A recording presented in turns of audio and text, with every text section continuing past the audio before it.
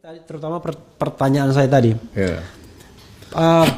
apakah khilafah itu anti demokrasi dan tanpa boundary itu pentingnya? Karena soal seperti itulah yang kadang-kadang membuat katakanlah negara ini punya alasan ya untuk katakanlah membubarkan organisasi yang dianggap tidak menerima Pancasila. Oke.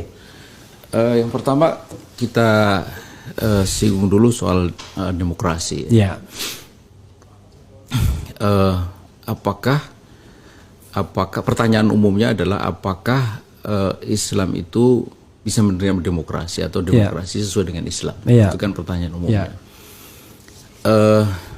Tentu ini bergantung kepada bagaimana kita memahami demokrasi atau apa paham kita tentang demokrasi. Gitu.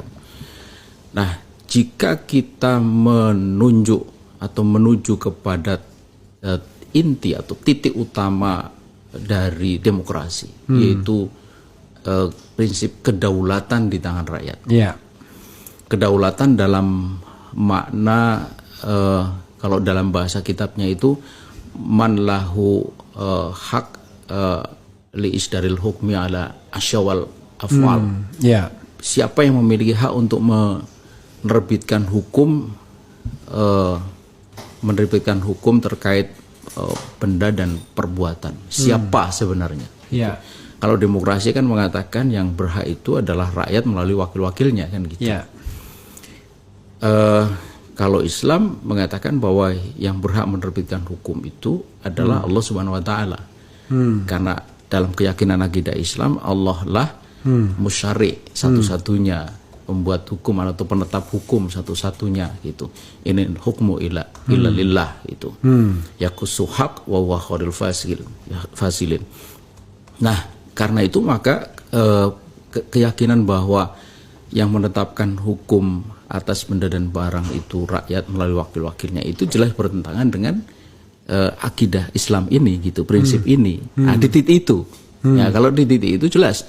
Dengan demikian maka Islam tidak bisa menerima demokrasi atau demokrasi bertentangan dengan Islam. Karena Islam mengajarkan hukum atau kedaulatan di tangan Allah atau di tangan syariah. Asyadatu lisyar'i gitu. Sementara di sini asyadatu lisyabi, kedaulatan di tangan rakyat. Kan tidak cocok kan gitu. Itu satu. Kemudian yang kedua kekuasaan. Kekuasaan kalau di dalam demokrasi kan dikatakan kekuasaan di tangan rakyat. Pemimpin dipilih oleh rakyat. Islam juga mengatakan kekuasaan itu di tangan rakyat. As-sultatu lisyabi. Kekuasaan di tangan rakyat. Artinya tidak boleh ada pemimpin kecuali dipilih oleh rakyat. Kalau begitu ini sama. Gitu. Cuma bedanya kalau di dalam demokrasi pemimpin dipilih oleh rakyat untuk melaksanakan kedaulatan rakyat tadi. Kalau dalam bahasa Orde Baru dulu melaksanakan amanat penderitaan rakyat, ampera dulu kan. Nah, kalau secara dalam Islam, murni dan konsekuen. Nah, gitulah kira-kira. Kalau dalam Islam itu pemimpin dipilih oleh rakyat untuk melaksanakan kedaulatan syariah. Nah, di situ bedanya gitu. Pemimpin dia kemudian ada kewajiban amar ma'ruf nahi mungkar. Tuh, amar ma'ruf nahi mungkar itu amar ma'ruf nahi mungkar artinya menyuruh kepada yang ma'ruf dan mencegah dari yang mungkar. Ukurannya apa? Ukurannya Islam. Gitu. Jadi yang ma'ruf dan yang mungkar itu ukurannya adalah Islam. Di sini ada yang disebut check and balances. Gitu. Apakah itu sama dengan amar ma'ruf nahi mungkar? Tentu bergantung kepada ukurannya. Gitu.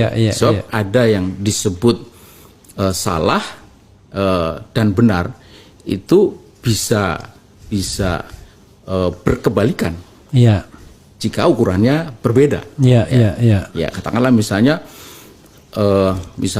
yang paling ekstrim sekarang LGBT lah katakanlah begitu. Kalau di sini kan dianggap ini bagian dari asasi manusia. Tapi kalau di sini dianggap sebagai fahisah gitu, sebagai kemungkaran yang sangat besar. Gitu. Nah, jadi dari sini kita bisa melihat bahwa pada titik-titik tertentu itu seperti seolah-olah Islam itu bisa menerima demokrasi atau demokrasi sesuai dengan Islam. Tapi di titik yang paling vital yaitu tentang kedaulatan itu jelas sekali. Kalau kita pegang itu ada posisi yang sangat berseberangan, posisi diametral di situ.